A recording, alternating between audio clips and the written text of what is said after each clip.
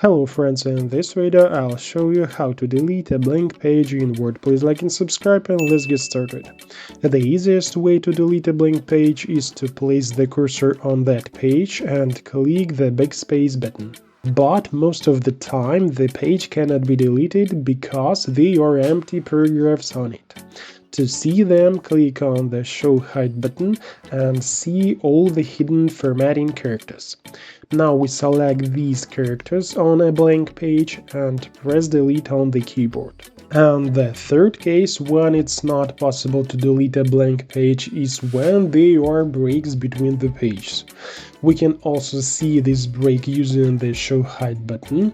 As you can see, the empty paragraphs are deleted, but the last one cannot be deleted in the usual way. To remove such a break, left-click on it and press the delete button on the keyboard. The break has been removed, as has the blank page. And that's it. Now we know more.